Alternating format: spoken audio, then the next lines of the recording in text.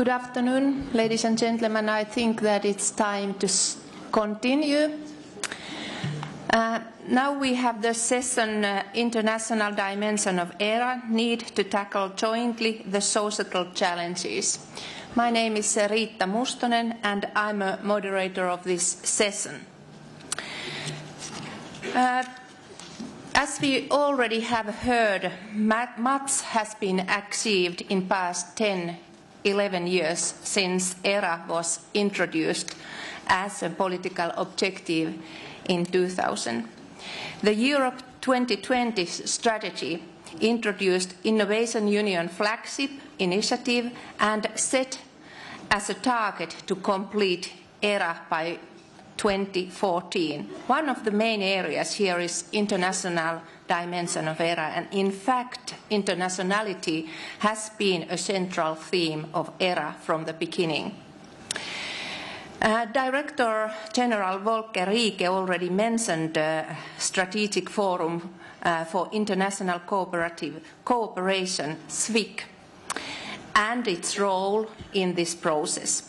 SFIC was introduced in 2009 as one of the 5 ERA partnership initiatives.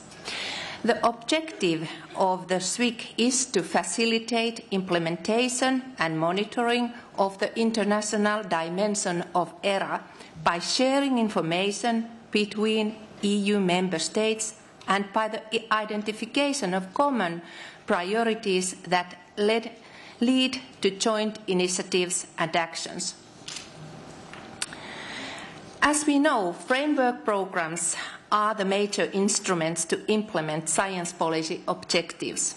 And also the evaluations of framework programs have touched the issue of international science and technology cooperation. The FP final evaluation recommends to increase the budget for cooperation with major existing and emerging economies and to tailor strategies to reinforce mobility with these countries as well as to engage them as partners in mainstream of the FP. The FP7 midterm evaluation, on the other hand, recommended opening up the FP to international cooperation and integrating international perspective into all FP programs and instruments. So, where do we have problems?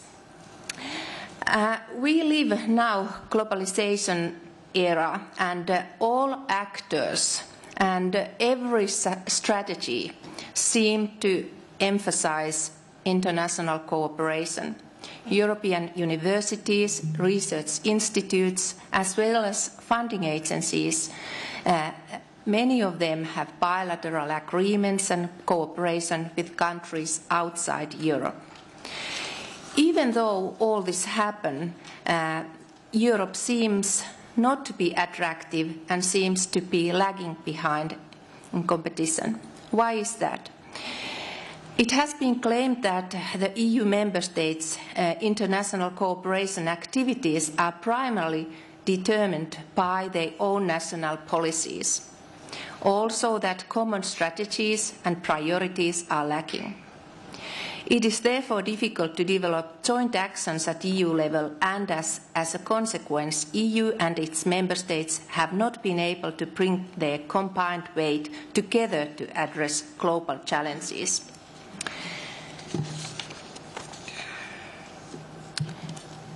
The grand societal challenges are global challenges. To address them requires global approach and large-scale effort. Science, technology and innovation activities are increasingly globalized.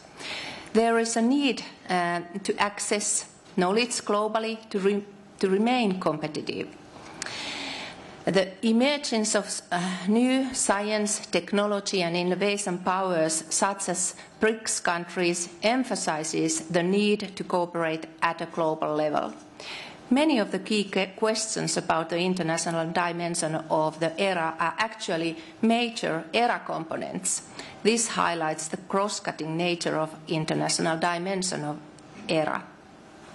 International cooperation has to be streamlined into all relevant ERA methods and instruments. But there are still questions like how can the EU and its member states strengthen the excellence of its research base and increase its global economic and industrial competitiveness?